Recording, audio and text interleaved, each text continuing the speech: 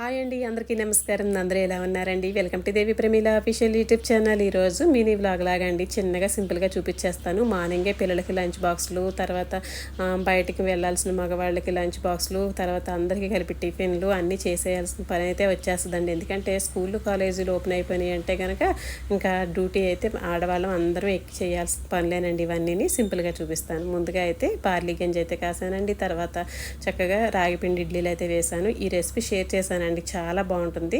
కొత్తగా చూసే వాళ్ళైతే కనుక ఒకసారి ప్లేలిస్ట్లోకి వెళ్ళి చూడండి. వీడియోస్ అన్నీ కూడా చాలా బాగుంటాయి. ఇక ఈలోగా అట్టెసరు అయితే వేసానండి. ఒక గ్లాసున్నర రైస్ అయితే కనుక అట్టెసరు అయితే వేసేసుకోవచ్చు, సింపుల్గా అయిపోతుంది. అలాగే పల్లీలు కొబ్బరి చట్నీ చేస్తున్నానండి. ముందుగా అయితే పల్లీలు, కరివేపాకు, పచ్చిమిర్చిని అయితే కాస్త ఒక 2 స్పూన్ల ఆయిల్లో నిదానంగా సిమ్లో పెట్టి వేయించుకుంటున్నానండి. అయితే ఇవి ఏంటంటే పూర్తిగా చల్లారిన తర్వాత మనం మిక్సీ పట్టుకుంటే ఒకలా ఉంటుంది. హడావిడిగా కొంచెం గోరువెచ్చగా మిక్సీ పట్టామంటే ఆ టేస్ట్ డిఫరెంట్గా ఉంటుందండి. ఇంక కిచెన్ అంతా కూడా నీట్గా క్లీన్ చేసుకొని కొంచెం ఉన్న ప్లేస్ని డిఫరెంట్గా మనం అలంకరించుకొని వీడియోస్ తీస్తే కనుక వీడియోస్ కూడా చూడటానికి కొత్తగా అనిపిస్తాయి. మనం వంట చేసినప్పుడు కూడా కొంచెం ఏంటో మనసు కూడా కొంచెం ఉత్సాహంగా అనిపిస్తూ ఉంటుంది కదండి. కిచెన్లో నాకు కూడా అలాగే అనిపిస్తుందండి. ప్రతిసారి కూడా చాలా డిఫరెంట్గా అనిపిస్తూ ఉంటుంది వంట చేసేటప్పుడు. ఇంకా ఈరోజు లంచ్ బాక్స్లోకి వచ్చేసరికి బెండకాయ ఫ్రై అండి. ఈ బెండకాయ ఫ్రై రెసిపీని కూడా మీకు ఆల్రెడీ షేర్ చేశానండి. మనం కిచెన్ చేసినంతసేపు మనం ఏదైనా ఫ్రూట్స్ కట్ చేసిన, కూరగాయలు కట్ చేసినా వచ్చే వేస్టేజ్ అంతా కూడా ఇలా ప్లేట్లో తీసుకున్నామంటే మనం చక్కగా తీసుకెళ్ళి అలా మొక్కలకి వేసేసుకోవచ్చు అండి. ఎరువుగా పనిచేస్తుంది. అలాగే కొబ్బరి చెప్పుతోటి మనం డైరెక్ట్గా డీప్ ఫ్రిడ్జ్లో పెట్టేసుకున్న కొబ్బరి తీసుకొని కాసేపు బయట పెట్టుకోవాలి, తర్వాత ఒలుచుకొని మనం మిక్సీ పెట్టుకోవాలి అనే పని లేకుండా ఒకసారి చేసుకున్నప్పుడు ఇలాగ ఐస్ ట్రేల్లో వేసేసుకోండి. చక్కగాను వేసేసుకున్నామంటే మనకి అప్పటికప్పుడు కరెంటు ఒకవేళ పోయినా కూడా ఇబ్బంది ఉండదు. తర్వాత హడావిడిగా మిక్సీ పట్టుకునేంత టైం లేకపోయినా కూడా ఇలా తురిమిన మన గ్రైండ్ చేసుకున్న కొబ్బరి ఈజీగా మనం కూరల్లో వేసుకోవడానికి కూడా ఈజీగా ఉంటుందండి.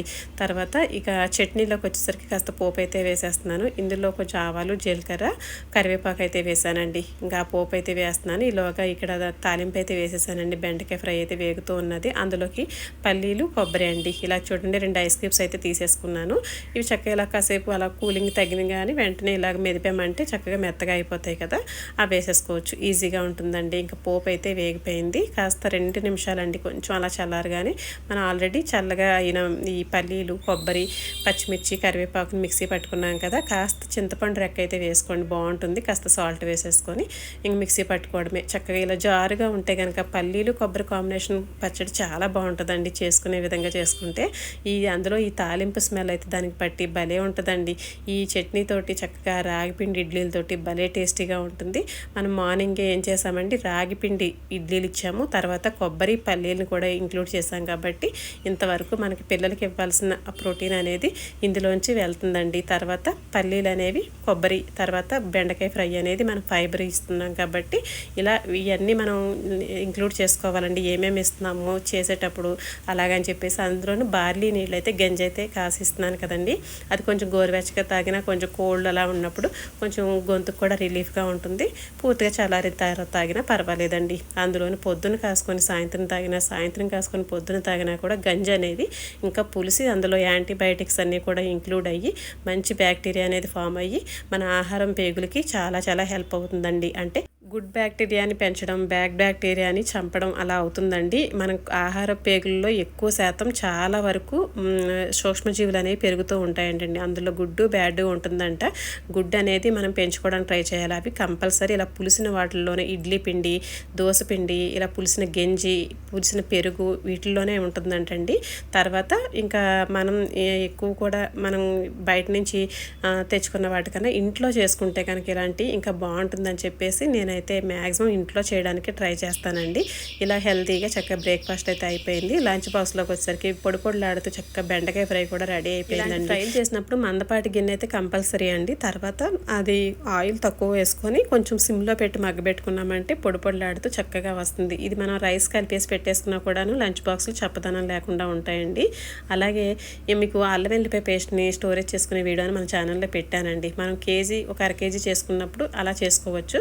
ఏదైనా కొంచెం కొంచెంగా మనం మిక్సీ పట్టేసుకున్నప్పుడు అప్పటికప్పుడు ఇలా చక్కగా మిగిలిన పేస్ట్ని ఇలాగ మనకి చిన్న చిన్న ఐస్ ట్రేలు ఉంటాయి కదా, ఐస్ ట్రేల్లో పెట్టేసి కూడా చక్కగా పెట్టేసుకున్నామంటే ఈ ఐస్ క్యూబ్లు తయారవుతాయి కదా, ఒక్కొక్కటి తీసుకొని మనం ఎప్పుడు కావాలంటే అప్పుడు చక్కగా వేసేసుకోవచ్చు అండి. ఫ్రెష్గా కూడా ఉంటాయి. అలాగే సాయంత్రం వచ్చేసరికి చేపల ఫ్రై అయితే చేశానండి. ఈ రెసిపీ ఎలా చేస్తాను ఏంటనేది మీకు ఫుల్ వీడియో నేను తర్వాత అప్లోడ్ చేస్తానండి. సాయంత్రం వచ్చేసరికి మాత్రం ఆకలితో వస్తారండి. మనం ఏవో చిన్న చిన్న బాక్సుల్లో పెడతాము, ఇంకా అక్కడ ఒకవేళ టైం ఉంటే తింటారు, లేదంటే కొంచెం బాగాలేదని చెప్పి వదిలేస్తారు, ఇలా అవుతుంది కదా. కానీ సాయంత్రం వచ్చేసరికి మాత్రం ఫుల్ ఆకలితో వస్తారేమో, వాళ్ళకి ఇష్టమైన ఇలా ఏదైనా నాన్ వెజ్ రెసిపీయో లేదంటే పల్చటి చక్కగా పప్పుచారు వేడివేడిగా కాసి పెట్టామంటే కనుక ఆ ఆకలి కొద్దీ చక్కగా తింటారండి. నాకైతే ఇంక ఇలా స్పెషల్గా పిల్లలకి సాయంత్రం వచ్చేసరికి ఏం చేసి పెట్టాలి వాళ్ళు అడుగుతారండి, ఏంటి వాళ్ళ స్పెషల్ ఏంటి అని చెప్పేసి. ఏదో ఇంకా పిల్లలకి ఇష్టమైన ఫుడ్డే కదండి మనం ఎక్కువగా ఇవ్వగలుగుతాము. వేరే ఇవ్వాలంటే కూడా మనం అన్నీ కూడా చూసుకోవాలి. ఫుడ్ అనేసరికి ఏంటంటే మనము తింటాము, పిల్లలు తింటారు, పౌష్టికాహారం కాబట్టి కొంచెం చూసుకొని చేసుకుంటే బాగుంటుందండి. అలాగే ఈ మంచి వీడియో మీకు నచ్చిందని అనుకుంటున్నాను. మళ్ళీ ఒక మంచి వీడియోతో మళ్ళీ ముందుకు వస్తాను. థ్యాంక్ యూ ఫర్ వాచింగ్ అండి. ఉంటానండి.